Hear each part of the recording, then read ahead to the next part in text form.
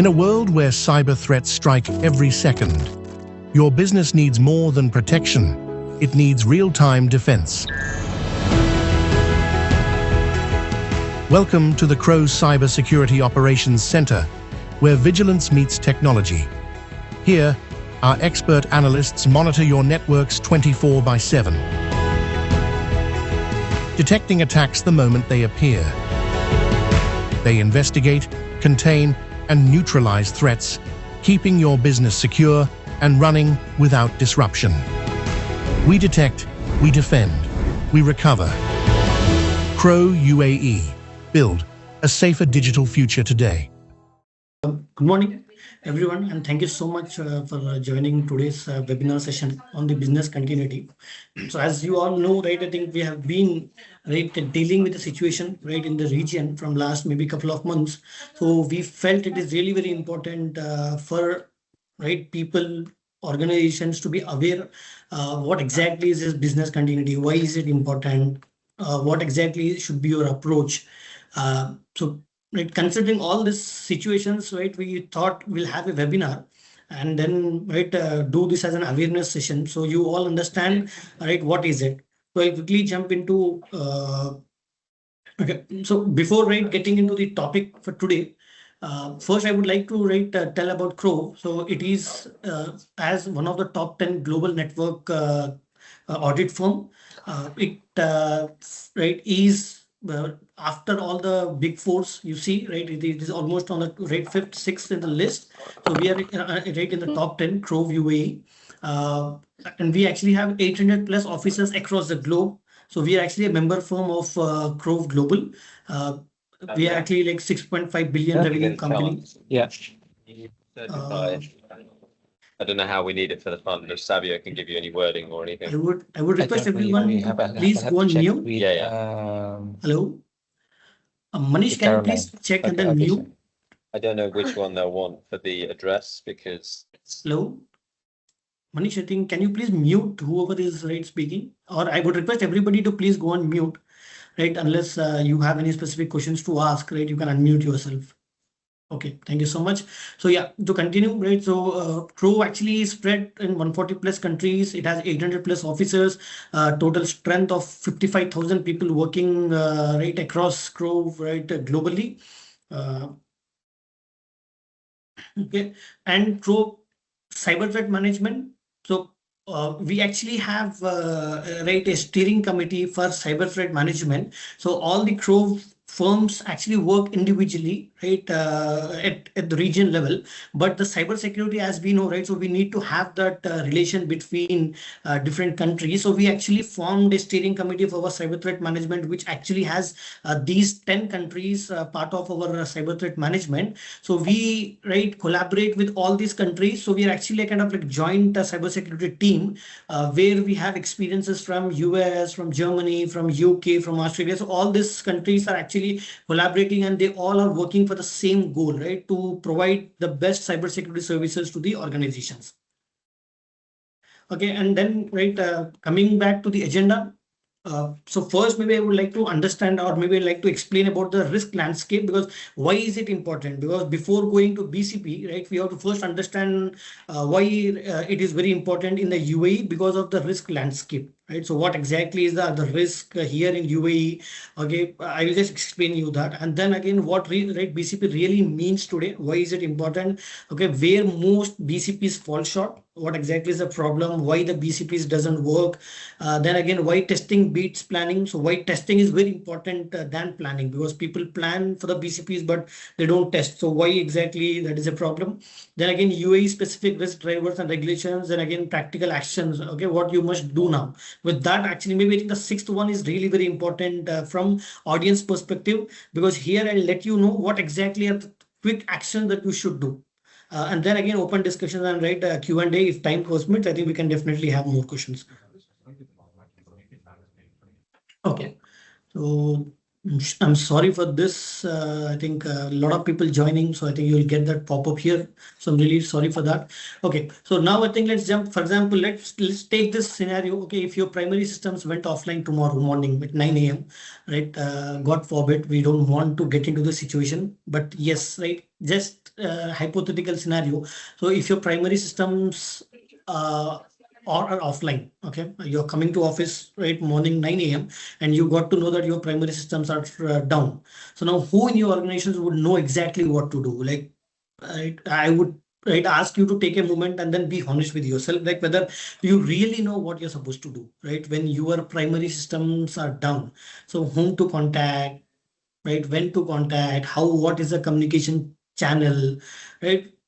You actually have to ask this yourself, right? Because now right, because you actually are the person who actually is right going through this situation where your primary systems are down.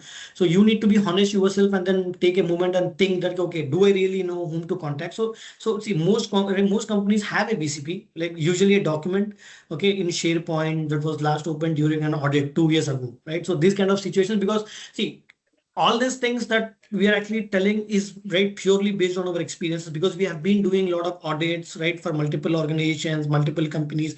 We have been helping companies in right building the BCP plans and all. So we know that I think people actually have the documentation. Okay, for the BCP documents they have, but the point is right, the BCP document was open right only during the audit purpose. So that is one right an unfortunate part. Okay, and then again, few BCPs actually work like tested, correct, understood by the people who must execute them under real pressure. So there are also scenarios where they work, right, because it actually being tested also. And then right, the gap is where right crisis, like the gap is precisely what the session is designed, okay, to help you understand and close. So I will actually walk you through about the gaps, what exactly are those. I think you will understand right during the course of this entire session. Okay, so before right understanding the BCP, you need to understand what exactly is the UAE risk landscape. Again, 2026. So I'll explain you that so you understand right the context more better. That okay, why we are stressing more on this BCP part. So if you see this right, the scale of the challenge. Okay, UAE business disruption in 2026. Okay. You can see 73% of UAE organizations now operate primarily on cloud platforms. Okay, so we all rely on cloud, right? Because we don't want to have our own data centers, we don't want to have our own servers, because I understand, right? It is a capital investment. There is a lot of right manpower required. So I understand, right? The business right perspective. I understand like, why we actually are planning to move to cloud. But again, moving to cloud actually comes with a lot of risk, a lot of these right BCP things and all. So 73% of UAE organizations now operate primarily on the cloud platform. So that is the reason why the BCP becomes more important for the organizations. And then if you go like 50 plus average number of third-party vendors per mid-size UAE company. So you can see the average UAE mid-size firm depends on 50 plus vendors. Okay, because now to whichever customers I am talking to, I am right when I'm actually going, approaching, right, for any reason, right? It can be for our service, for our right, anything when I approach to customers, what I understand is most of their services are actually outsourced. Their IT is outsourced, their finance, right, HR is outsourced, their right, most of the companies are outsourced. And I understand the reason behind it, right? Right, because I think yeah, I think companies want to focus more on the business. They don't want to have all this right in-house and then take an extra right manpower, extra headache. So they outsource it. But again, when you outsource it to vendors, obviously there are a lot of risks that comes with these outsourcing. So that is again one more important reason why the BCP is very important. And then the cyber attacks. So first two are more from the business standpoint. So we understand. The third one is a cyber attack, which is imminent, right? So this cannot be avoided. So the attacks are persistent. The attacks are happening across the globe, right? So this we cannot stop, right? The cyber attacks always happen. So the point is how, right, how this BCP can help during these kind of disruptions. So 4.8x increase in UAE cyber attacks reported since 2022, because you know, right, UAE is a very fast pacing right country, right? Because they are digitalizing it. A lot of digital initiatives have been taken by the government, by the organizations here. So obviously when you actually try to digitalize, the attacks also right become more prominent. So the 4.8x increase in UAE itself tells that okay, there is a huge increase in the attacks, cyber attacks. And then 9.2 million average total cost of UAE business disruptions event. Uh, you can imagine, right? So $9.2 million we are talking about total cost of a UAE business disruption if happens. So there are a lot of like regulatory pressures because of, right? Because if you don't have this BCP plans, so there is a regulatory pressure, right? It can be CBUAE, it can be UAE, it can be ADIX. There's a lot of regulators here in this region who actually audits your BCP plans, and they you can actually end up into paying huge fines because not having the BCP plans. Okay, then sorry, I think this pop-up is just coming. Yeah, see, I think 4 ways, right? The UAE right operation environment has changed. Okay, so one is cloud and SaaS. As I just spoke, right? So 70% actually are performing or right doing their operations through cloud. So cloud and SaaS as core infrastructure that has become right an environment for all the organizations here in UAE. Then multi-jurisdiction operations, right, operating across UAE, mainland, DFC, ADGM, because you know, right? I think right, there are different regions here in multiple jurisdictions. So ADGM has different laws, DFC has different laws, JAFZA has different laws. Again, UAE mainland has different laws. So you need to understand the core concept or the core regulations of these different regulators and ensure that you are actually following right all these regulations if you're operating right from any of these jurisdictions. And then critical functioning outsourcing. So when you are outsourcing your critical functions like finance, IT, payroll, legal, right? So the organization's BCP depends on its vendor's BCP because you have outsourced your critical functions to a third party company. So you actually need to understand whether the third party has the required BCP plan or not. You need to get their documents. You need to understand from them. You need to have some simulations, some tabletops, which I'll cover right in right throughout the session. I'll cover. But when you are actually outsourcing your critical function, you need to ensure that the organization to whom you have outsourced, they actually have this BCP plan. Just a minute. Shahnawaz, there was a feedback about that pace of speaking. You can just slow down a little bit? Sure. Okay. I will. Thank you so much. Okay.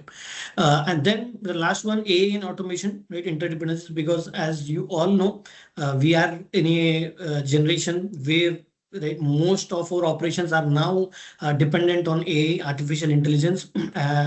Most of the applications are now being developed most, right? I think it is all AI, right? What we see. So now because of these AI also automated workflows and AI tools means a single system failure. Because if your AI system fails, your business has a lot of problems in different areas. So AI and automation dependencies also you need to understand. So these are some 4 ways that UAE actually operation environment has changed now. Okay, cloud, multiple jurisdictions, critical function outsourcing, and then AI and automation. I'll just slow down, maybe I think quickly. Okay, what BCP really means today, right? Beyond documentation, I'll just go through it. So it is not a document, right? That is the first important thing that everybody here, right, audience who has joined, I want them to be very clear that BCP is not a document. It is absolutely not a document. It is a tested organizational capability. Okay, so now why? I'll just go through. So see, a BCP, it is a with our experience, right, with the customers that we are dealing with, okay, so a BCP is not a PDF that hasn't been opened in 18 months, right? So this is not, right? It is not a PDF document, okay, a checklist written by an IT or auditor, because you're not doing this BCP for any IT or audit purpose. You should not do it. In case if anybody, right, from these audience or right, any of your colleagues are doing this BCP for the IT audit perspective, for the regulator perspective, then no, you're not supposed to right do it only for the auditor's benefit or for the IT audits or for the regulator's benefits. It is not a checklist. And then a document that lives in a folder nobody can find, right? Because you create a BCP document, your document is very good, comprehensive, right? So you have covered almost every aspect of your right BCP, but that document is just living in a folder which you have never opened it, which you have never tested it, right? That is not considered to be a BCP. And then a list of contacts that haven't been verified, because I have seen customers where you have a critical contact list or a primary contact list, okay, in a document, and the document actually is sitting in some folder from very long time. And then when I actually maybe when I'm conducting an audit and I'm actually taking that list of primary contacts, I find that these contacts are not even part of the organization. So they have left the organization, or they might have changed their role, or they might have moved from one department to another department. So the list of contacts is very important, right? Because that is your core communication channel. So if you have that contact list active, then actually it makes sense. But you just have a list of contacts, but it is not getting verified, then again that is also a big problem. And a plan that's says recover in 4 hours with no validation, because recovery time, I will get into more details in the below slides, like what is the RTO, what is the RPO. But yes, if your BCP plan says that recovery should be in 4 hours, but it is not validated, just in the document you mentioned that the RTO is 4 hours. No, it is not something that cannot be agreed or accepted by anyone without any validation, because you need to show them the evidence that yes, recovery can be done in 4 hours.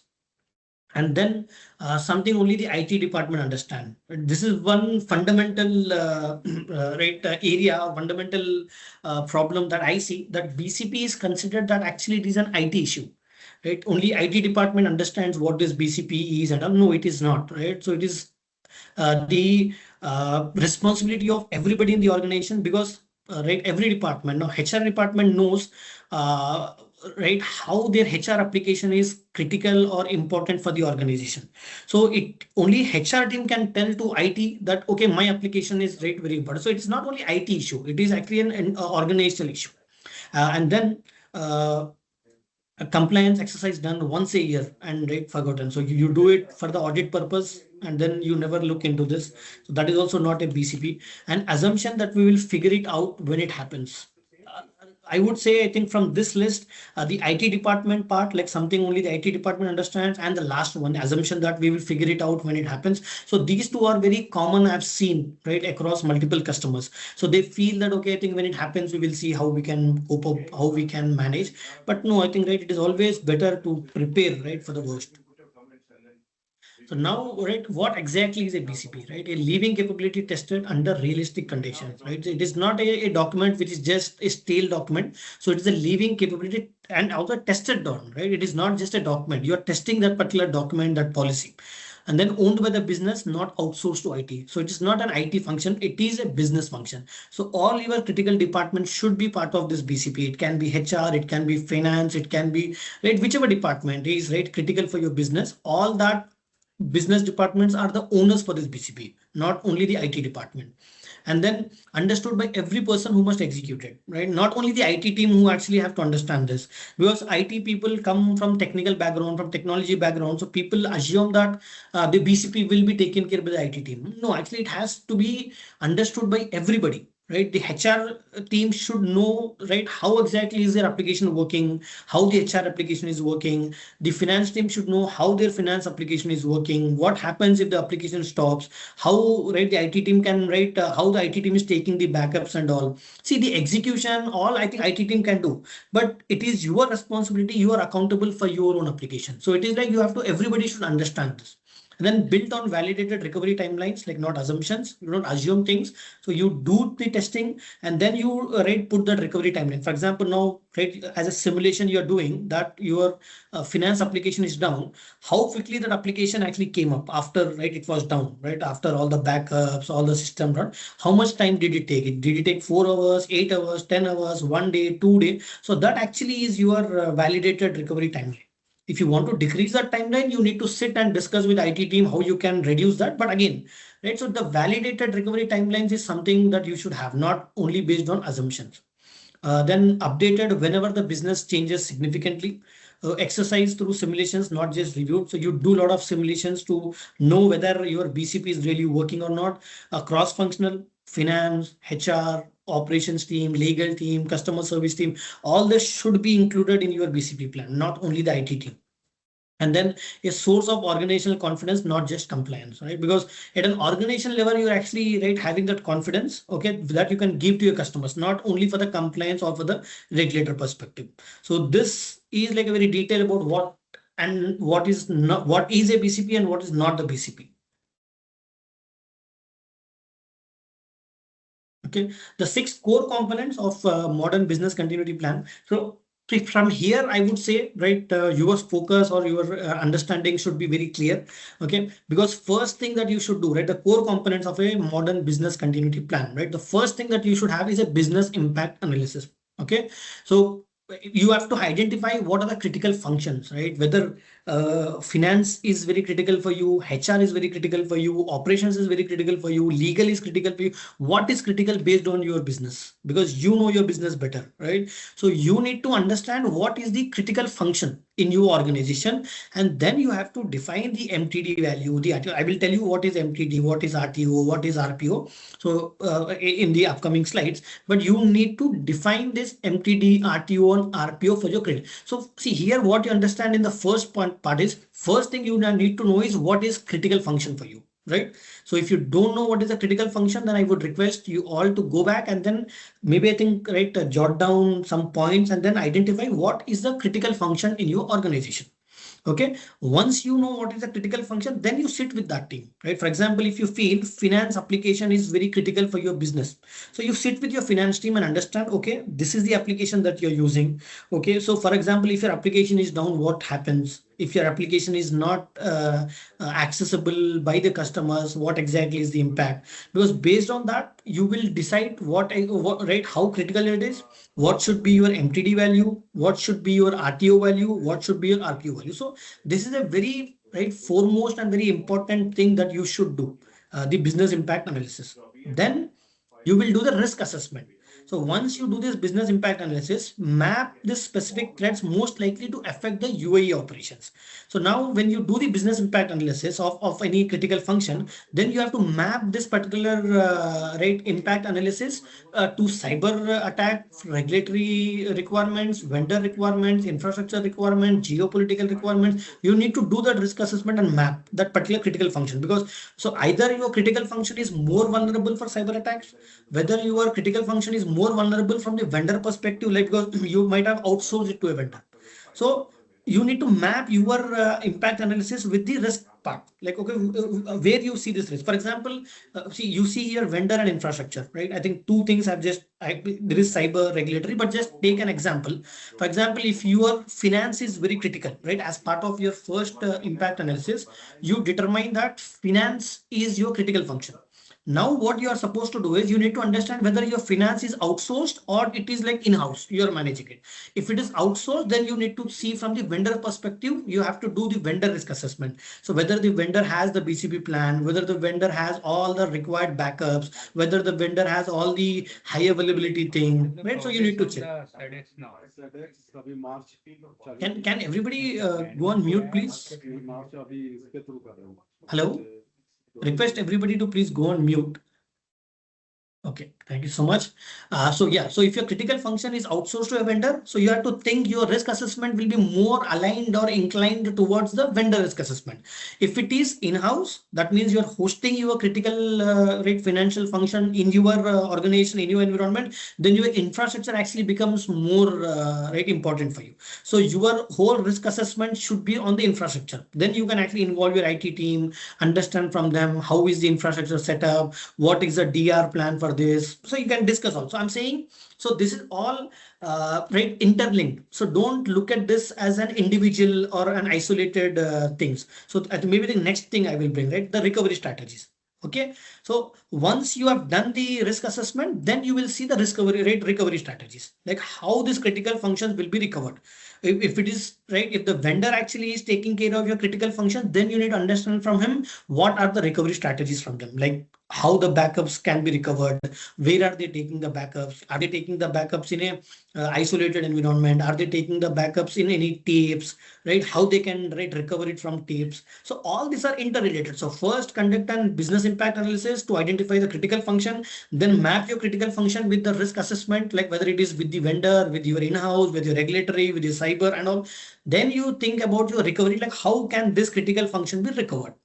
Then the incident response procedure, because when you know, okay, the business impact, you have done the impact analysis, you have done the risk assessment, you have identified the recovery strategies and all, then the incident response, right? Because you need to know how exactly you have to connect, right, with your vendor or with your IT team, how quickly you can connect in 30 minutes, in for 4 hours, 24 hours. So the incident response procedure becomes very important. Okay.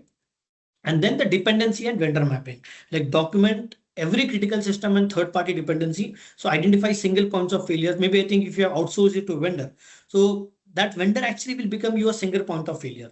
So you need to understand from that vendor perspective also that do that vendor has a BCP plan.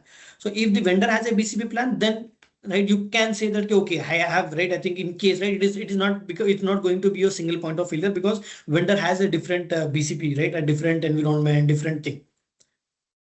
And then last, testing and maintenance cycle. So once you do all this, once you identify the 5 points, then you need to do the testing, and at least you have to do it annually. Here I mentioned at least, but if you can do it every half yearly, that would be great. If you can do it every quarterly, which will be too much for organizations, but I would at least recommend to have it, right, for 6 months. If you can do it, that would be great. But if you're not able to do it every half yearly, I think definitely you should do it annually. And it has to be done through tabletop exercises, through simulation, through drills and all, and named owner and defined schedule. So one important thing when you're actually doing this testing, it cannot be just, right, I think you need to have an owner for that, right? For example, if I am doing the testing for a finance function, right, which is a critical function, then there should be named owner, right? Who is the finance owner, right? That particular department owner, and he actually has to be accountable and owner. Only then he will do the testing. If you don't have that named owner, I think things actually will will lose the traction. So these are the 6 core components, right, you need to understand from the business continuity plan. And then so as I said, right, so RTO, RPO and MTD. So the numbers that drive your plan. So this, I would say, right, is heart of any BCP, right? So without this RTO, RPO and MTD, your BCP actually is not a BCP.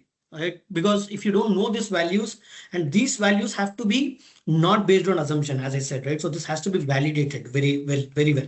So the numbers that drive your, right, these are the numbers that drive your plan. So if you see what is an RTO, okay, so recovery time objective, the full form of an RTO, right, just for benefit of doubt for everybody to understand.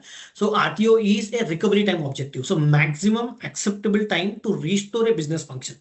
Like I'll give an example, like if you see how quickly must we, right, we be back. For example, if your system is down, right, your critical function, right, your financial system or financial application is down, as I given you example. So your financial system has an RTO of 4 hours, right? Let's assume if you are from a fintech organization and your financial system has an RTO of 4 hours. And if it takes 6 hours for you to bring, right, that particular system up and running, that means you already failed. Okay, so because your RTO you have not met. So that RTO cannot be an assumption. Okay, maybe you just mentioned an RTO, right, of your financial system in a document for 4 hours. But when you actually get into a real situation, a real scenario where there is a disaster, there is any attack or something, and then you are not able to bring your finance system within 4 hours. It took maybe I think 6 hours, 8 hours. That means this was not something validated before, right? So this was not tested before. That means your BCP actually got failed. So RTO is all about how quickly you can bring your system back, right? When I say system back into production, right, running, where the people can access your system. So RTO, you just keep in mind, like it is all about the system. Okay, so how quickly you can bring your system back. So second is the RPO, which is the recovery point objective. So here we are talking about the data, because see at the end, right, so when you say system, it's all about the data, right, the data that is lying on that system.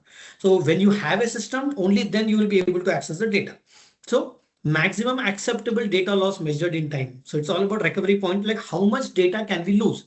For example, if your system is down for 4 hours, okay, what happens to the data, right? Because the data, you already might have a backup of your data. Okay, so RPO should always be less than RTO. Okay, RPO should always be less, right? Because the data loss should be less. So for example, if your system was down, so there should be a backup already taken, right? Before the RTO, before the system was down. So RPO of 1 hour means your most recent backup must be older than 1 hour at the time of the incident.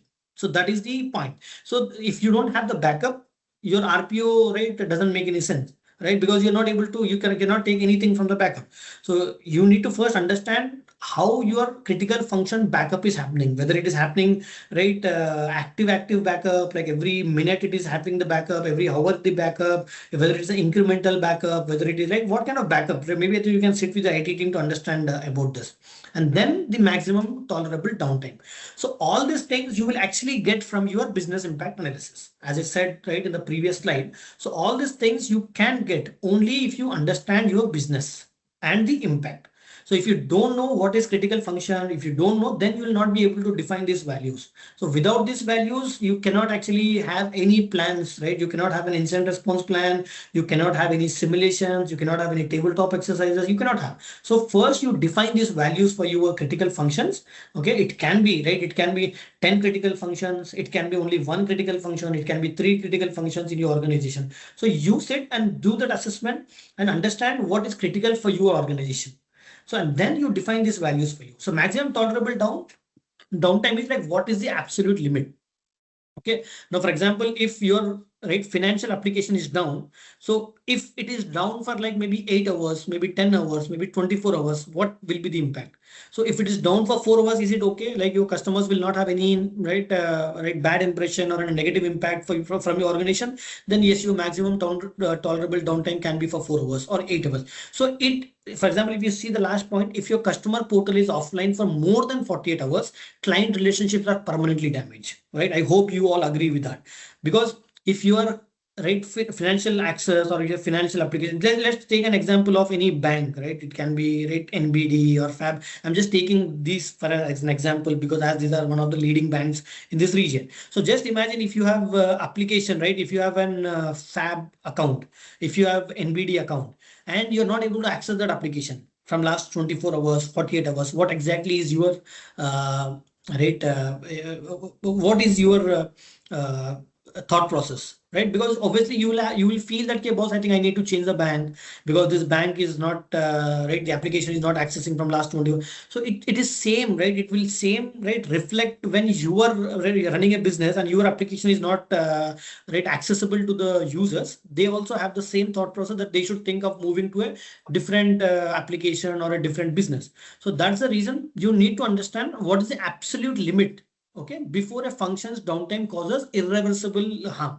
So that means it should not damage your customer relationship, client relationship. So you need to understand what should be your maximum tolerable downtime. If you see the critical rule below, the RTO must always be shorter than MTD. Okay, so if recovery takes longer than the maximum tolerance, let's assume if your MTD is 24 hours, so which means within this 24 hours you need to actually bring your system up. If you're not able to bring your system up within this 24 hours, your BCP is failed. So the RTO value should always be less than the MTD. If your MTD is like 48 hours, that means you have to bring the system back within the 48 hours. So I hope you understand these values.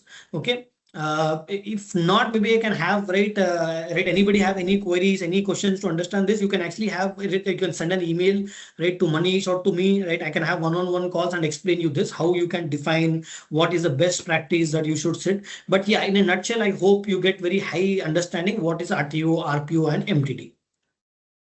And then once you define that, so here where most BCPs fall short, right? The most common gaps, this is based on our experience that we are working with so many organizations here. So where we see the common BCP gets failed. Okay.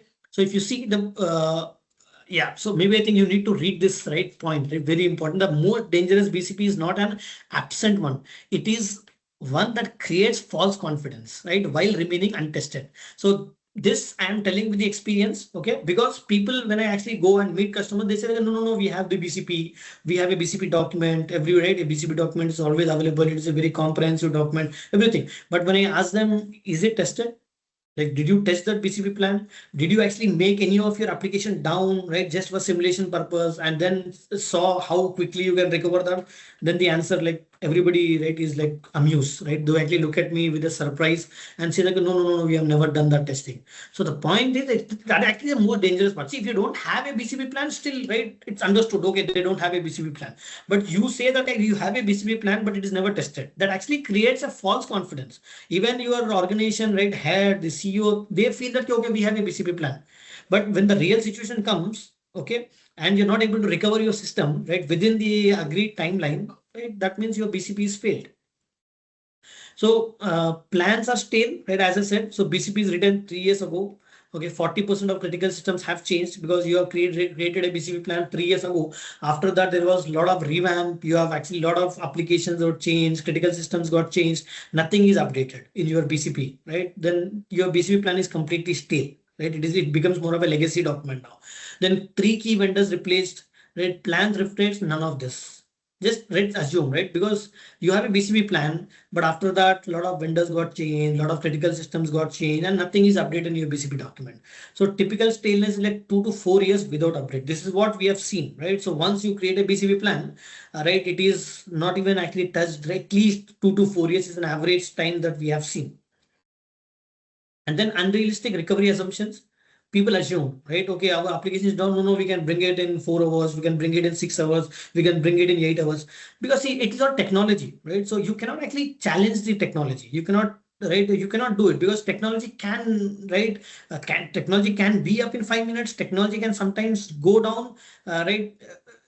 Right, even the core technical people sometimes feel, right, or right, have challenges in bringing the applications down.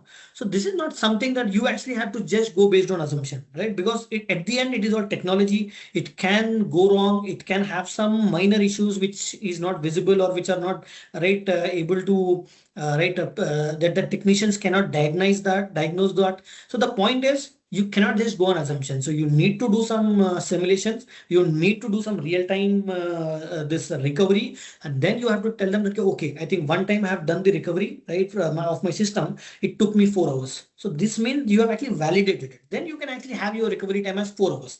But if you have not tested and then just based on assumptions, you are going for 4 hours and 6 hours. No, that is unrealistic. You cannot, right? You should not do that. And then vendor dependence is not mapped. So like, for example, if you see plan addresses internal systems, but ignores 60 plus SaaS platforms, outsource, payroll, cloud document platform and all. So let's take, right, because you all know about the AWS right incident that has happened. Okay, so the data center was down, right? So all your SaaS applications, everything was actually hosted on AWS. So what exactly is your right plan? Right, so did you had any vendor dependencies? Did you had any right plan, for example? So for example, if AWS was down, okay, so whether you had any critical applications hosted on your private cloud or on your infrastructure, or you actually had these things hosted on something. So you need to have that, understand what are the vendor dependencies and then map them accordingly. So because you see, right, third party failures, 51% of UAE rate disruptions are there because of the third party failures. These are not because of your infrastructure. These are actually because of the third party vendors. And then only IT owns it. I think I spoke about this. IT is not the owner for the BCP. IT can only help you, okay, in doing some testing, some, right, setting up the RTO values, RPO values, but IT cannot own that. IT should not be the owner. It should be the business owner. It should be the department owner. It can be the financial director. It can be the HR, right, manager. So the specific department owner should, right, be their main point of contact for the BCP. It cannot be IT. So you can see plan written by IT, reviewed by IT, right? So we can actually review it, no problem. We can actually, right, draft the plan for you. But it is the, oh, right, the department heads actually should always be responsible and own this particular BCP. And then never been tested, right? As I said, you actually, right, have a BCP plan, it is never tested. The backups are never tested. How the backups restores are clean or not. Nobody discovered the crisis communications tree, right? How the communication tree, like whom to connect, right? All that things is not tested. And then we have communication plan assumes email works. Yeah, right. If you see during the ransomware attack, the first thing that you will lose the access to is the email. Right, so because I think your machine is completely right compromised, and right, you will actually get a pop-up that you pay this much of ransomware, then you will be able to access the machine. That means you actually are logged out of your machine. You are not able to access your email. Okay, so email is first thing that actually gets compromised. So when your email is compromised, how will you connect with the respective people? How will you connect with the IT team? And so you don't have any printed contact list. You don't have any alternate platform. How will you connect? So this testings has to be done. Right, for example, right, you need to have some printed contact list. You can just think of, you can have maybe WhatsApp contact. So no, whichever, right, whichever is convenient for organization, they should think about having the communication plans. And then an untested BCP isn't a continuity plan, right? It is a documentation with a false sense of security attached to it. So documents hide reality. Okay, a written plan cannot reveal misconfigured backups, wrong credentials. Because this you can only identify when you actually do the testing. Documents will really not help you in identifying any misconfigurations, any wrong credentials, any wrong recovery assumptions. They'll not. So documents all looks good, but when you actually do it in a real-time scenario, when you do testing, then you actually understand the reality. So don't only depend on the documents. Then muscle memory saves organization, like people who have practiced the response perform categorically better understand. Because when you actually do this testing, right, annually, then you understand, okay, what exactly we are supposed to do. Only if you rely on documentations, and then when the real situation occurs, you actually get panicked, right? So you get panicked, you don't know what to do. So you'll always have to have a practiced sessions, right? Practice tabletop exercises and all. Then test answers the unanswerable, like who leads when the CEO is unreachable. So these things you need to do simulations, right? Can systems, for example, if IT team is not available, what exactly are you going to do? Can systems be accessed if the cloud portal is down? So take these situations and then answer the unanswerable, right? So take something, it can be like very weird questions that you can ask yourself. And then you have to answer those weird questions. Then you can actually do the testing. Then again, assumptions become evidence, right? BCPs are built on assumptions. So testing either validates them or reveals them as a fiction. So first you assume things, but again, you have to test the assumptions. Only then you'll be able to validate it. Okay. So from document review to full simulation. Okay, so if you see, right, I think, for example, if your organization is at level 1, that means a document review. So plan reviewed for accuracy and completeness, low cost, but no evidence the plan works. So the effort is low, the assurance is low, frequency every 6 months you can do. This is like at least you should have. Second one is like level 2, where you actually conduct a tabletop exercise, like key team members walk through a scenario discussing decisions. So this is considered to be, you are actually at a medium level. That means yes, so you are doing some tabletop exercises which actually right, doing the real-time exercise, right, of your systems down, how you can quickly bring your systems up. So you are doing some real-time scenarios here. So at least, right, you are medium here. And then functional drill, level 3. Okay, this again we consider as a medium high, like specific components executed, communication trees tested, backups are getting validated, failovers actually are run. So this at least you should do it annually. And then comes the full simulation, which is like very high, so comprehensive, realistic scenario with actual failovers and timed response. So this is, for example, if you're at level 1 now, I think you should actually think of moving to level 2. If you're at level 2, you have to think from level 3. If you're at level 3, you have to think moving to level 4. And this, honestly, only you can decide, right? I sitting here cannot tell that, but you have to go back to your organization and think where exactly you are, like whether on level 1 or level 2 or level 3 or level 4. You have to think, and then you need to decide for yourself whether you have to move right to any of, right? I think I would suggest you should not be on level 1 at any point in time. You should never be on level 1.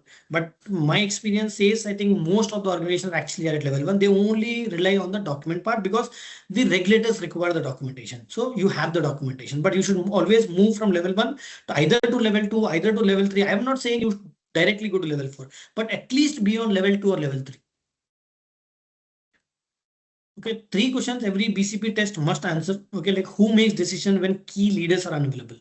Okay, so this actually happens all in your tabletop exercises, right? So you actually take these kind of situations and then you answer, right, this tough questions, like who makes decision when key leaders are unavailable? Like your CEO is not available, he is on vacation, he went somewhere. So who exactly is the right guy? Your IT manager is not available. Who, right, on his behalf can take the decision? So is the deputy briefed? Do they have access, the authority, the information? For example, if your IT manager is not there, So who exactly is the next person who can actually does he have the right access? Does he have the authority to take those decisions? So you need to actually think from all this standpoint. Like testing reveals whether your decisions hierarchical is real or theoretical. Because see, theoretically I can say that I as an IT manager I'm not available. Maybe I think my colleague actually can take care of the decision. I theoretical I say that, but when actually an actual scenario comes, my colleague is not able to take any of those actions because he doesn't have access, he doesn't have authority, he's not able to take. So that means it is all theoretical, right? Nothing real. So you need to actually question yourself, right? In absence, see, when I say key leaders, for example, if you are into IT department, right? Anyone joining this session are from IT or from finance department. So you need to question yourself that, okay, if I am not available, is there anybody else, right, can take action on my behalf? So you need to question that. And then if yes, don't only from theoretical standpoint think about it from real standpoint. Okay, if I am not available, what are my key activities? And if I am not there, whether my colleague can actually execute all those key activities. Because if he is not able to execute, that means you actually become a single point of failure. So better you do this, right? You ask these questions and then accordingly take the required steps. Then again, can your team access critical systems when primary platforms go down? So, each of the department, finance, HR, IT. So you have to understand what exactly is your critical system and will you be able to access those platforms when your primary platform goes down, right? For example, if the finance platform has gone down, what exactly is the alternate platform for that? Like, can I access it through cloud? Can I access it, maybe I think a remote VPN? Can I access it through, how can I access it? Because my network is down. Right? I'm not, I came to office, I am trying to log in, I'm not able to access it. So now what exactly is the backup, right? So do we have any, maybe I think a Wi-Fi, maybe, you have a lot of USB internet that come nowadays. So do you have any hotspots available, right? What exactly is your backup plan, right? So do you have something which makes the users to connect, to the platform when it goes down? So you need to do this testing, like alternate routes. Then how do you communicate when email and Teams are unavailable? So this communication plan, I think that is very important. Okay, because see, you have a very good IT team where you have a very different teams here, but people don't know whom to contact. Then I think actually it's a fail, right? It is like a failure. So you need to have a very clear communication plan when the email or the teams are available. Like it can be through WhatsApp, it can be through direct phone contact, right? People can call you directly, but do they have the number to call? Do they have that number to report such incidents to you? So you need to have that communication plan ready. So these three questions, every BCP test, you should actually get the answers for. If you don't have the answers for these three questions, I think that there is a problem. Okay, then again, UAE specific risk drivers. Okay, as I said, see 6 reasons BCP is especially critical in the UAE right now. So high digital dependency. I'll not get into very detail here, but just want to tell you that why it is very critical.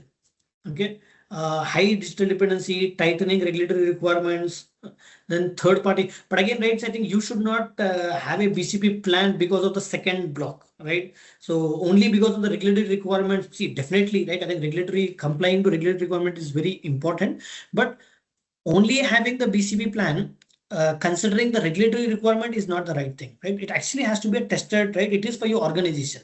So, it is for your business. So it's not only for the regulators. So always think, how your business can run during the disruptions or during the disasters. So that is the main important reason having a BCP plan, but not because of the regulatory requirements. And then third party concentration risk, like how your third parties are handling and all. Then geopolitical and supply chain. I think this is very eminent in the current situation that we are in. And then multi-jurisdictional operation, AI and automation interdependencies. So these 6 reasons are very critical in the UAE right now. So in any of these areas, if you think that you have high digital dependencies, then definitely you should think to have a BCP. If you think that multiple jurisdictions you have like mainland, DFC, then you should definitely think of having a BCP plan. Okay, and then UAE BCP regulatory framework. Okay, what is now required? So NSEMA, right? Actually, it is a right. You need to have all the UAE critical sources, finance, insurance, energy. So you need to have a formal BCP program, annual testing, documented ownerships, and incident reporting. So this is a national BCP standard. Okay, and then you have CBUAE requirement. It can be UAEIA, NISA, right? Earlier it used to call, but now you're calling it as UAEIA. So you have this requirement, right, where you should have the BCP plan, and then the ADGM and DFC have their own plan, and then the UAE PDPL. So these four regulators, right, I hope you all have come across the CBUAE, ADGM, DFC for sure. But yeah, I think these regulators are very important. You have to understand the requirements from the regulations, and then accordingly you have to have your BCP plans ready. Okay, like what a business disruption without a tested BCP actually looks like. So 21 days average operational downtime in UAE ransomware cases without a tested recovery plan. Then again, 9.2 million average total cost of a business disruption event in UAE. So this is like 9.2 million is average cost. Okay, I think any disruption happens, this is what the organizations are losing. And then 72 hours, okay, PDPL breach notification window missed by most organizations without a defined process, because as per the requirement from the UAE PDPL, in 72 hours you have to report. As per the ADGM, any cybersecurity incident you have to report in 24 hours. So all the regulations have different timelines. So you will miss those timelines if you don't have this BCP plans ready. And then you have 51% of UAE business disruption originate from third party and vendor. So if you are highly relying on the third parties, then you should definitely sit with them, understand their BCP strategy, understand the BCP plan from the third parties, and ensure that all the BCPs are active and tested at least yearly once. Okay, so maybe I think just take one example, right, so that you understand, like Monday morning, maybe 9-7 a.m. ransomware, okay, no tested BCP. So this is a situation where there was no testing on the BCP was done. Okay, let's assume, for example, if an organization who has never tested the BCP and then they are hit with a ransomware. Okay. Okay, so ransomware got deployed. Okay, so encryption begins. Just give me 1 minute.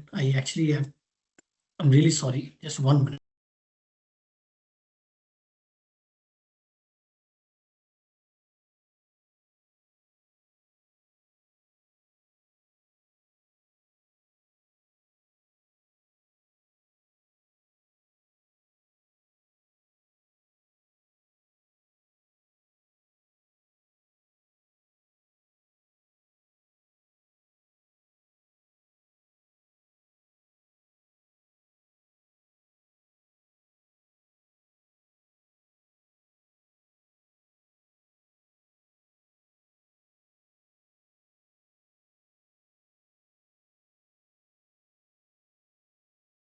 I'm really sorry. Okay. Okay. So as I was saying, right, I think this is a scenario where there was no BCP or it was never tested. Okay. So if it was hit by ransomware, how the sequence of events or the how things happens. Okay. So let's assume 9-7 a.m. the ransomware got deployed, encryption begins, IT gets first alert. There is no protocol, right? There's no procedure. Next. Okay, so panic spreads obviously, right, over the period, staff calling each other, nobody knows who leads, because you have never tested this BCP. You don't know what exactly is a BCP. So ransomware got deployed at 9/7, 9/22, the panic spreads across all the team members, because everybody, right, comes to office at 9 and they see that, okay, their machines are not accessible, or they have a pop-up saying, right, a ransomware pop-up. So everybody, right, start discussing to each other, but they don't know, right, who will lead, whom to contact. Right? They don't know. So the panic gets spread. Again, 9:45 a.m. self-fix attempted, like IT investigates, destroying the forensic evidence.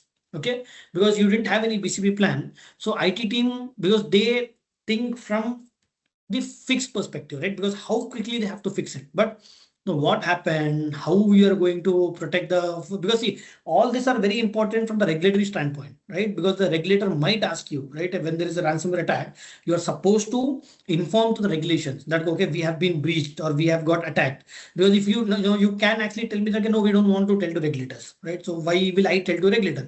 If you don't tell to a regulator, the attacker who actually has attacked you, he will actually put it on public.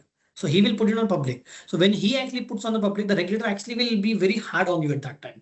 So when there is an attack, you yourself have to actually report it. But when you right, already have destroyed the forensic evidences, you have destroyed everything. What will you report to the regulator? How will you report to them? What evidence will you give it to them?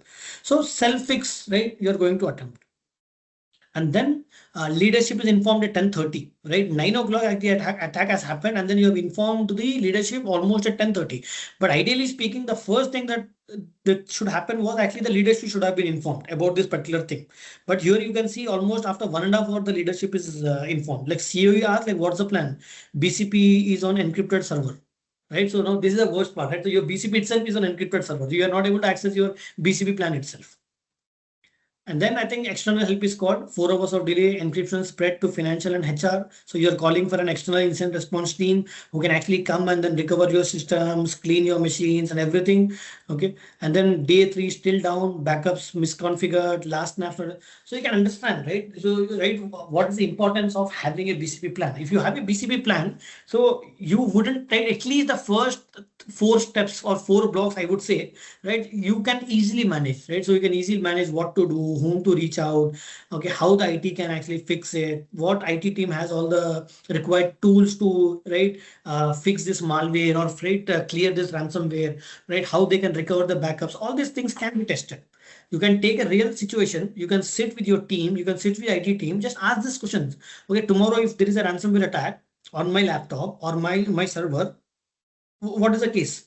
So the IT team actually has to tell you that, okay, no, I think the right, if there is a ransomware attack on your machine, don't worry. So you will be provided with a new laptop. Your laptop will be isolated from the network. So you will immediately get a new laptop and everything is on SharePoint. You can access everything from your SharePoint. So they actually have to give you that confidence. But again, this is not based on assumption. This is based on the validation and the testing. So just assume just shut down your laptop and ask IT team, okay, now my laptop is not accessible. Now you tell me, how will I able to connect? So they actually should give you that, right, real situation. They should actually give you an access, right, to a different laptop. How will they do it? So I think these you have to do a testing, right? Because if you don't have a right BCP, I think you will definitely, right, face this situation that you're seeing on the screen at this point in time, that even on the day 3, you're still down. Even on the day 3, that means it is a worse situation that any organization has to be in. Okay, so every single step in this cascade is preventable. Right, as I said, everything is preventable here, right, with a tested or a cross-functional realistic BCP. So if you really do a simulation, if you really do a tabletop exercise annually, if you do your BCP testing annually, you can actually address each of these blocks.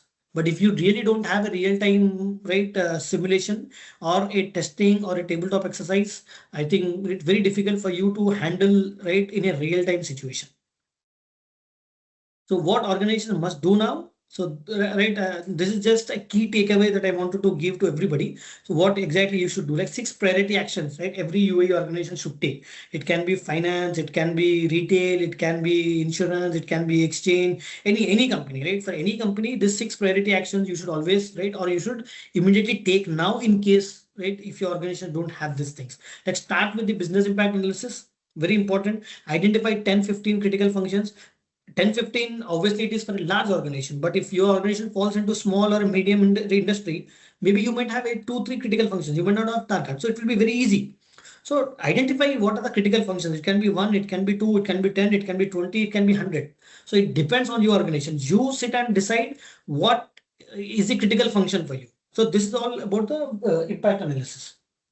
Okay, you have to immediately do this right, and then map every critical dependency. Okay, so whether your critical function is relying on your infrastructure on cloud, whether it is a SaaS tool, whether it is a vendor, whether it is an API, right? What is your critical function running on? So if your critical function actually is running on a cloud platform, then your BCP will be outsourced to a cloud vendor, right? So then, for example, if it is hosted on Azure, then Azure actually is the right vendor who has to have this BCP plan, and they should give you, and you actually have to ask the Azure vendor that, okay, boss, I want to do this testing. So can you please do this testing that in a real-time scenario, my application goes down, how will you help me?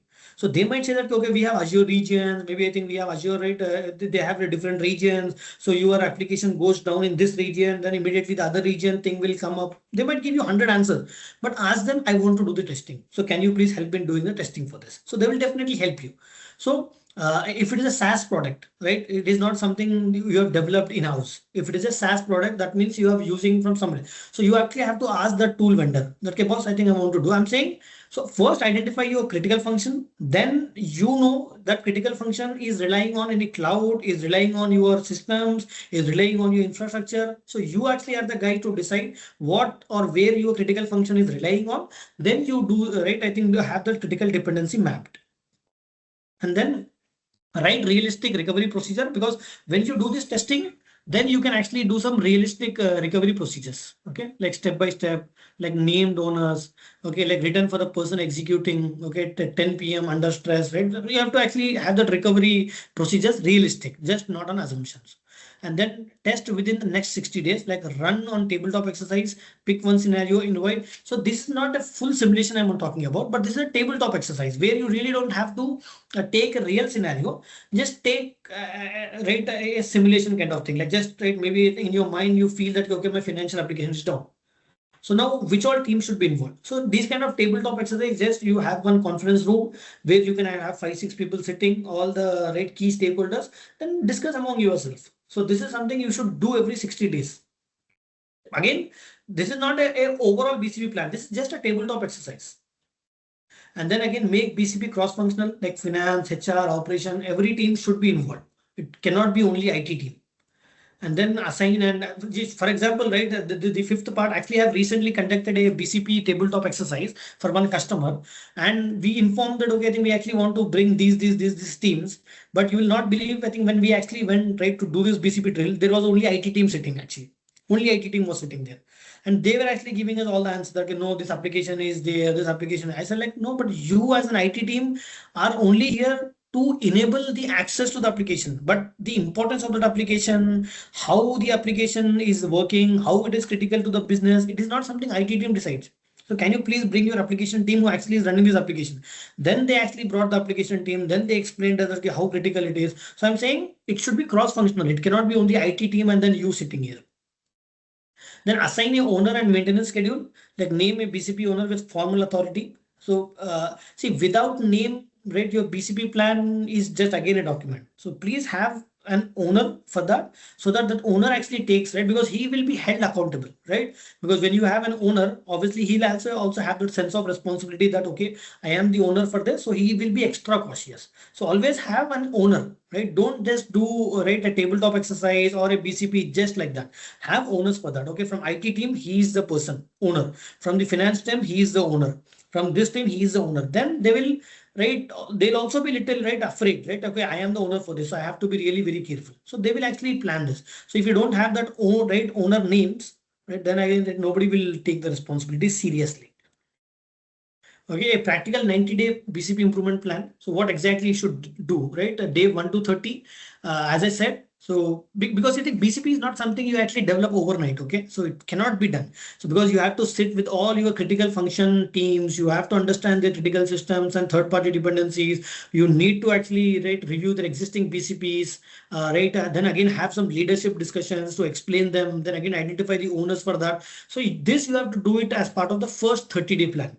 Because if you're able to do this, half of your job is done, to be very honest. Because if you understand your critical functions, half of your job is done.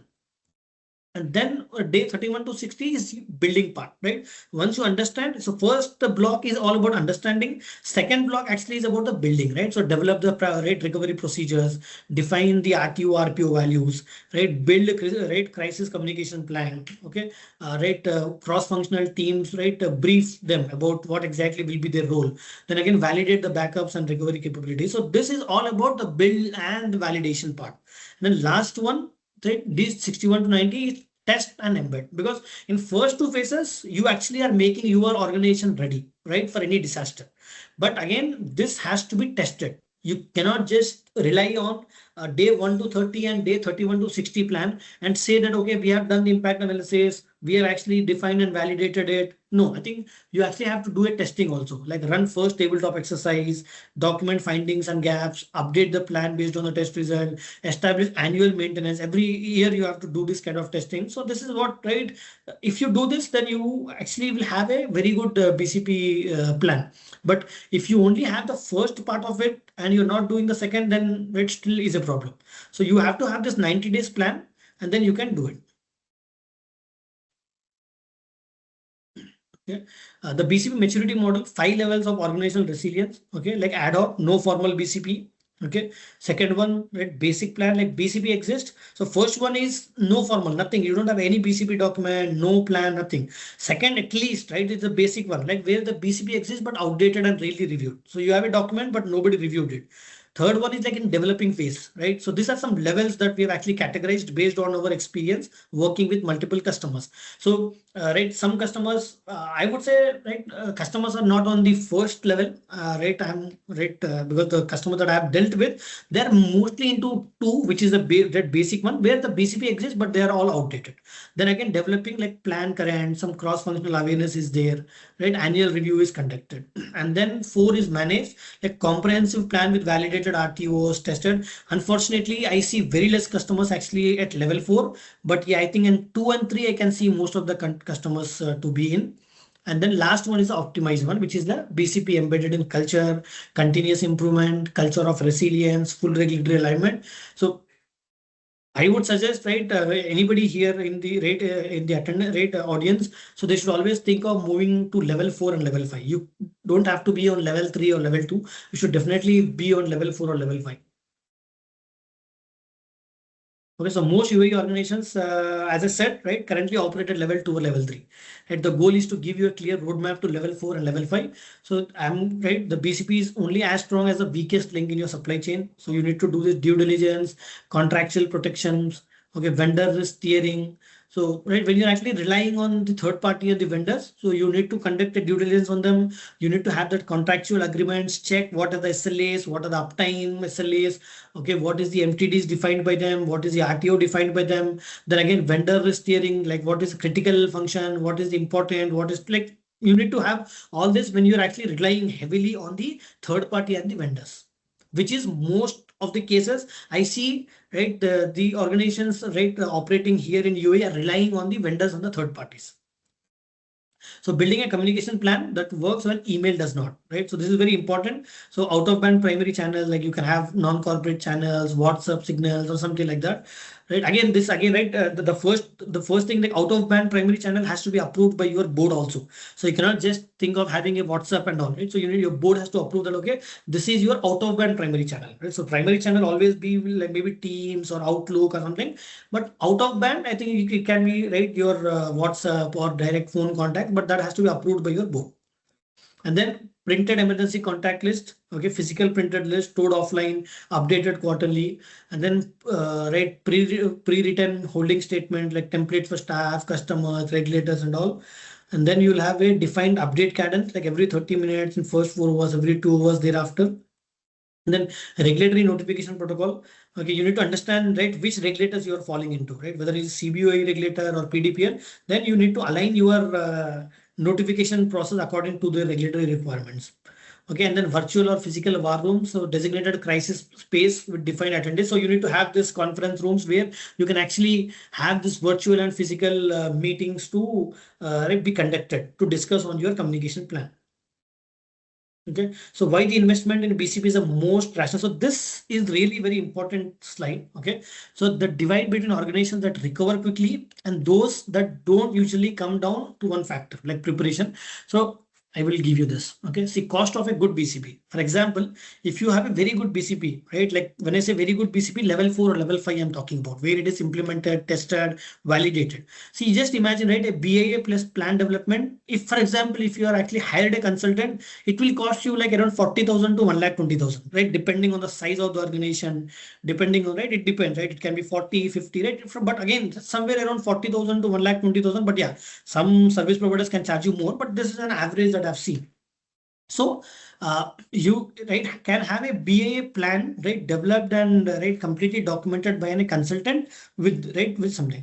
Then again, internal project management. Okay, like where you'll have FTE for 3 months, right? So where internally, right, you need to have right, assign one project manager internally, but he don't have to really spend his full time. So I'm just mentioning 0.5. That means, right, maybe I think weekly, I think 1 or 2 days he has to spend, maybe monthly, I think 4 or 5 days he has to spend, right? And that too for 3 months with the consultant. So right, that again is not a huge cost for the organization. Then again, annual maintenance and testing like 10 or 15 days per year. So in a whole year, we are talking about 10-15 days and annual maintenance and testing. And actually 10 or 15 days also is at very higher end actually I give you. But if you really want to do the testing and maintenance, you can actually do it in 3-4 days, not more than that. But again, still based on the complexity of the organizations, based on the size of the organizations, as an average, let's take 10-15 days per year. Then again, first simulation exercise, if you want to conduct by an external consultant, then it will cost you 5,000 to 20,000. And then total year, if you see the total 1 year investment, typically it will cost you 60,000 to 1,50,000. So this is something you are investing, right, on a good BCP. Let's take another block where cost of no BCP. You don't have any BCP cost, right? In the budget itself, you have never, right, put this BCP cost. Now you can imagine business interruption. If your business gets interrupted, average like 21 days that we have seen, right? Business are not able to come up, right, in 21 days also. You can see, right, $500,000 to, right, how much I'm talking about. That is the, right, revenue that the organizations will lose in case if they don't have a BCP. Incident response and forensics, right? It will actually cost you 200,000 almost this much of amount. And again, regulatory fines and mandatory external audit. Again, right, it starts from 100,000 to 500,000. Reputational damage, which is very difficult to recover from. All the other top 3 things, okay, right? Maybe I think we can still recover from, right? I think we can actually do more business next year. But I think this reputational damage, very difficult to, right, get back. Once you lose, right, your business, I think that reputational damage is very difficult to again build.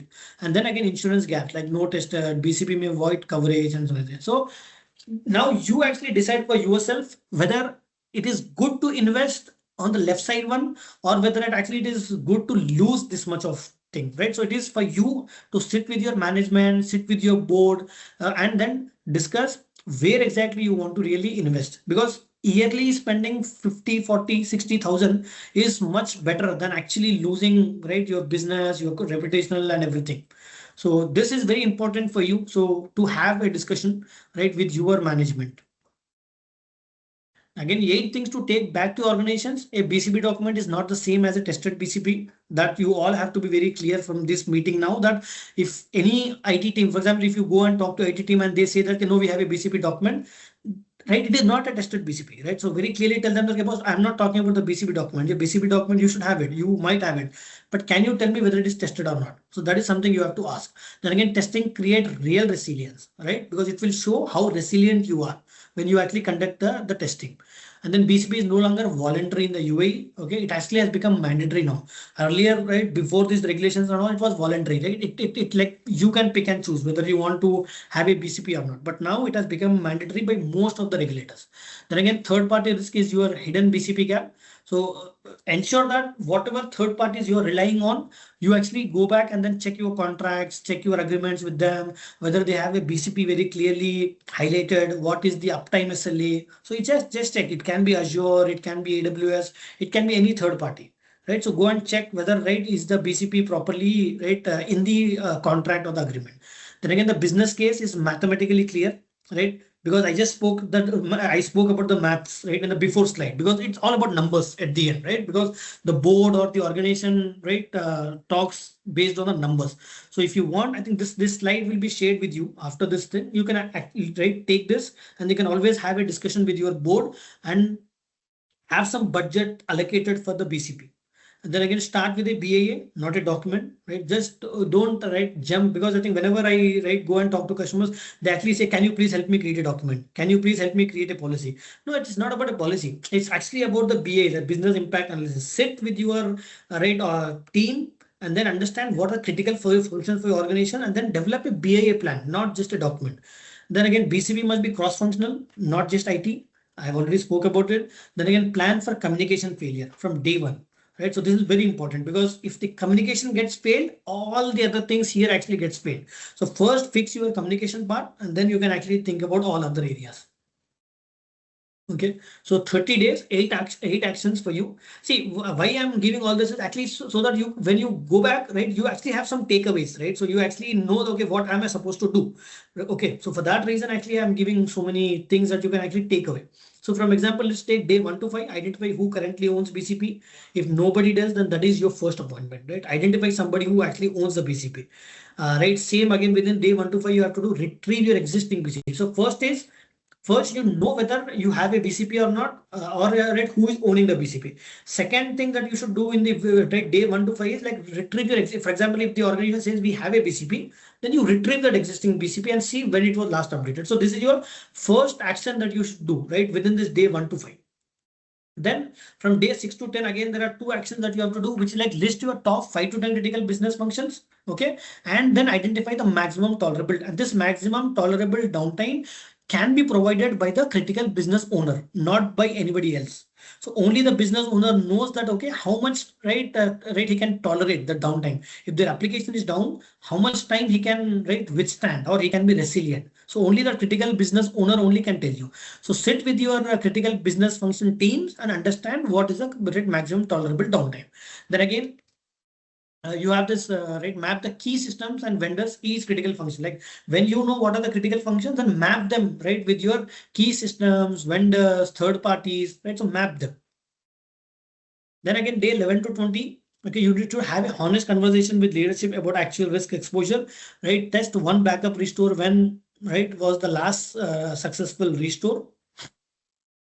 And again, day 21 to 30, schedule your first tabletop exercise, one scenario, cross-functional, where you involve IT team, your business owners, your critical function department, and then have that tabletop exercise and create and distribute an offline emergency contact list. So these are something that you should definitely do, right, in 30 days. Okay, that's 8 actions.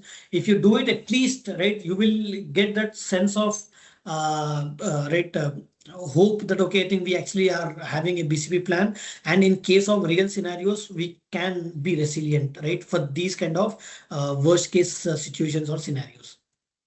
Then again, rate. See, this is right. I just created. Okay, rate your organization honestly. You don't have to answer me. Okay, you don't have to put it on chat or something, but you actually have to answer to yourself honestly. Okay, like for each, for example, our BCP reflects how the business actually operates today. So you need to question. You need to answer that, right? Whether you are like 1, 2, 3, 4, 5. 5 is like fully confident. That means yes, right? So you know, right? Your BCP is reflecting, right, how the business actually operates. If no, I think you will actually be like 1 or 2. So you need to answer that to yourself. Then again, key staff outside IT know the specific role, right? Because only IT team, because people think BCP is only IT team job. So key staff outside the IT, right, know this. For example, a critical function owner actually knows, right, his IT, this BCP plan. Then again, we have mapped all critical vendors and system dependencies. Have we done that? Like any critical function, have we mapped that with the vendors? Have we mapped that with any third parties? So did we do that mapping? And then our BCP has been tested with a realistic simulation. Have we done that?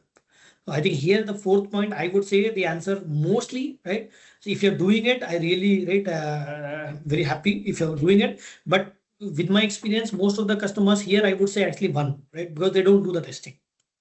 And then we have a crisis communication plan that functions without email, right? So without the email, do you have a communication plan?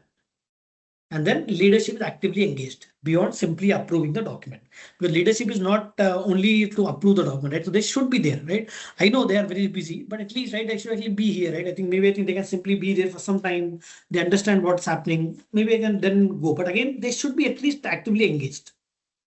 Okay, if they're not, then again, right, you have to give rating as 1. So these are something that you should, right, sit back and reflect that, okay, where exactly you're lagging. Okay, so BCP readiness checklist. So take this back to your team. Okay, these are some, okay, I think plan currency. Okay, like BCP reviewed and updated within past. Okay, reflects current systems and all, dependencies mapped, tested and exercised. Okay, cross-functional owned. So take this back, right? You can actually take it. Obviously, this presentation will be shared to you. So you can actually go and then check with your teams now, right? Whether you have a plan which is tested, whether the dependencies are mapped with the third-party risk vendors or not, tested and exercised or not, cross-functional is owned or not, like finance and HR is owned, right? Taking the responsibility. So sit and then right, discuss about this. Okay. Right, our BCP and operational resilience service. So BCP gap assessment. Okay, so this is something we actually do. Right, in case, right, in any of these areas you need support, you need any consulting, right, from our side, we actually do the BCP gap assessment. Okay, we do the BAA. Okay, actually for one of the organizations we are doing the BAA, and they actually have a huge critical function, like around like almost 18 to 20 critical functions they have. So we actually have spent, you will not believe, we have spent more than 60 days actually to just connect with their 18 to 20 critical functions or critical departments. And then we are now sitting and writing the RTO and RPO and MTD values for them. And this can only happen after you connect with that critical function head actually. So without the critical function department, you cannot write, because RTO, RPO is not something you decide on your own, right? It actually has to be validated and tested, right, with the critical function department. So this business impact analysis is really very important. Again, BCP development, once the BA is done, we will actually help in creating all the plans, right? We'll do the testings. It's all right, a practical thing. Then again, tabletop exercise we conduct for customers. And then again, training and awareness we do. And then ongoing maintenance. For example, every year we can come and then do some testing for you, or simulations or tabletop. So these are some services we are providing for customers. So in case you are looking for any of this, right, you're only looking for as a gap assessment. You don't want any BA, like BA you've already conducted, then only get the BCP gap assessment done. If you feel that, okay, I think gap assessment we don't require, we only require the BAA, we can do only BAA for you. So it depends, right? So you decide which one you actually want from this, or you want all end to end. So right, you decide for yourself, and then we can actually help you in case if you're looking for any such service. Okay, I think I am done because it's already 12:20, right? I think we only have 10 minutes left. So I actually kept this 10 minutes for any questions or answers, right? Question and answer session, right? And open discussion. If you have like any right questions, I'll be happy to answer.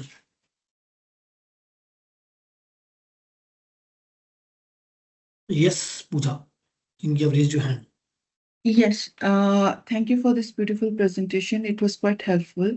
One query which I have is that most of the firms keep an owner of the BCP document as a risk officer. Is it ideal to keep a risk officer as an owner of the BCP policy? I think it is difficult for me to just give an answer yes or no, right? I think this it is very difficult to answer it just in yes or no, because see, it depends, right? How your risk officer is actually aligned, right? What exactly is the risk officer's role? So because why normally, right, this the BCP actually is owned by risk officers is because the risk officer actually has the understanding and the control on the different departments of the organization, right? Because the risk officer is not only for IT, risk officer is not only for the HR department, risk officer is not only for the finance department, right? So risk officer actually is aligned with all the departments in the organization. So that's the reason. So he actually has a very good visibility in each of the departments. So it becomes more easy for him to actually discuss with the critical function teams, critical function heads, to that actually can derive the RTO, RPO and MTD values. So that's the reason most of the organizations actually keep the risk officer as the owner, right, for this BCP. So yes, you can do that, right? But again, that is not something mandatory, or that is not something that only the risk officer only has to be the BCP owner. It's not like that. You can have IT manager also. You can be a BCP owner, right? He can also be. So, but again, it depends, right? It's based on your organization, behavior, organization structure, right? You can do, but yes, right? I think risk officers mostly actually will be the BCP owners. Thank you. Okay, you mentioned about the cloud services from Usman. You mentioned about cloud services BCP. Is it enough that they have backup replicated at multiple different locations and they confirm they do regular DR exercise, or we require to have an access to their BCP or DR test report? See, Usman, to answer to your question, okay. See, we are talking about this Azure and AWS, right? These are actually a market leading vendors, right? So we all know that, right, they have this backups, they have this region, because I myself know that, okay, Azure have this strategy of this Azure regions, right? So they have this region. So I think there is like one region and then another region, they do it. But now my point is, have you done any testing, right? So you actually have to ask them, okay, right, what exactly is your contract, what exactly is your agreement? If in the agreement they very clearly mentioned an uptime SLA, right? Like when I say uptime, how your how much time your server will be like up, like 99.99%, right? That is what normally they give the SLA percentage.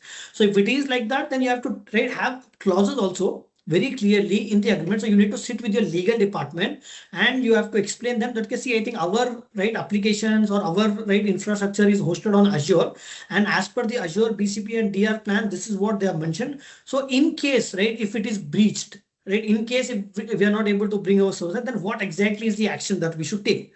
So that you have to sit with your legal team to, right, see your contract, your agreement, and then update it accordingly. You don't have to blindly, right, agree or disagree with what Azure is saying. So you need to sit, you need to, right, understand their agreement, contract, because obviously when you actually, right, take the services from Azure, so you have, right, some agreements, right? So you have some documents that are signed between your right, organization, CEO, or right, the Azure side, right? So you have that document. So you need to check those documents. You need to see what exactly is the right SLAs very clearly defined there. What is the RTO and RPO defined, right, from their side, and then you can see, you can ask them, right? I think if I want to do a testing, what exactly, or you actually can do it for yourself, right? You can sit and do for yourself.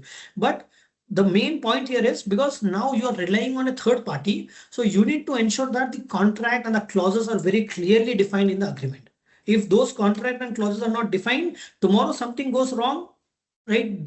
Right, there is a way for, right, the vendor to actually, right, run away or, right, hide from this whole situation. So look into that agreements and contracts first, understand, and then you can have more detailed discussions. So it depends, right? So to answer your question, so you first check your agreements and contracts, and then we can get into more detailed discussions with the third parties. Yeah, yeah, somebody is raising. Yeah, Hadi Noor.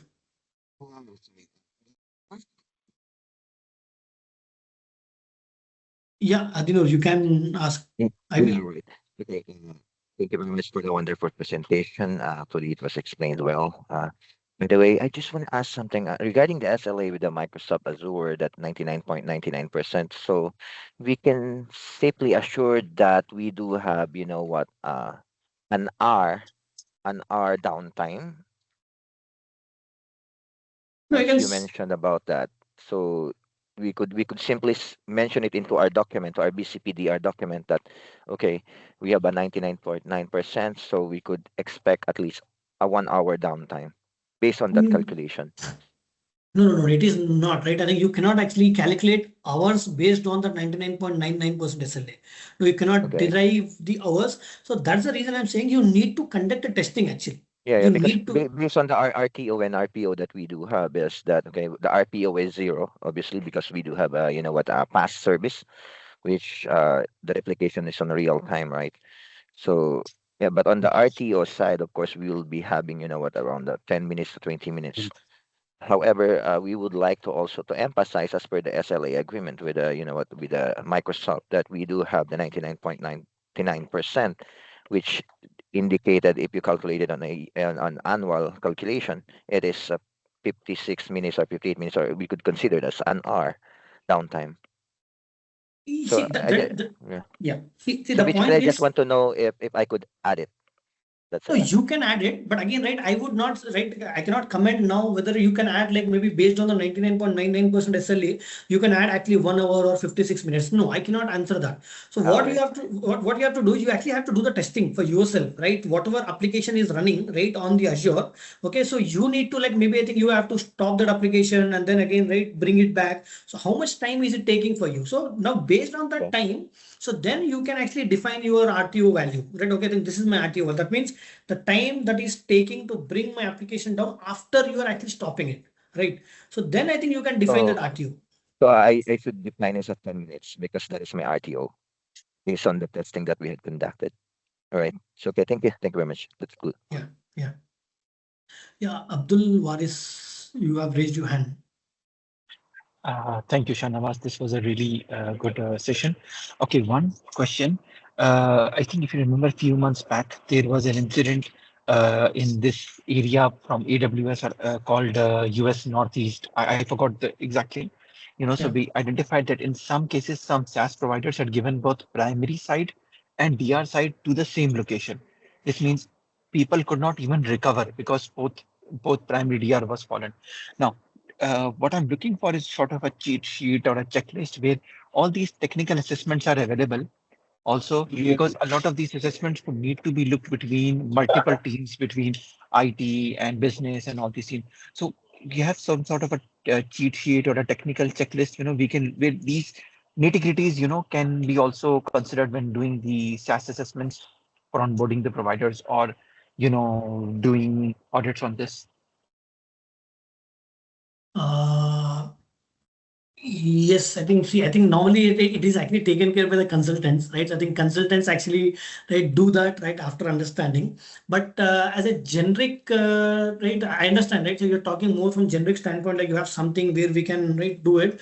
I will have to check, Abdul Waris, if we have something in generic, because what we do, so we actually, because see, the BCP is completely, kind of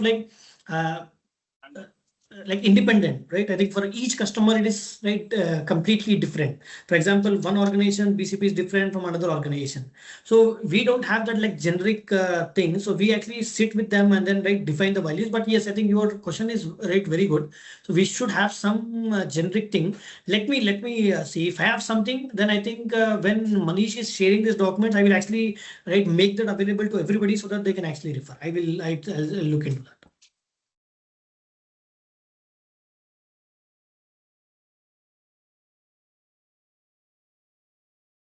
Okay, I think the questions, all these questions which are there on the chat, I think I will respond to them. I will respond to them, to each of these questions which are there. I will, after this session, I will. So Manish, we will have access to this chat, right? Chat group after the session is ended. Yeah. You have access, and as well, there are a few questions during the time of registration which I shared already with you. Yeah. I think we will respond that. I will respond that. So it's 12:30, Manish. So shall we close now? Yes, we will wind up. Okay, then thank you so much. I will respond to all the queries that are there in this chat after this session ends. So thank you so much for all. It was a very good meeting. I hope I actually was able to give you that overview. Thank you so much.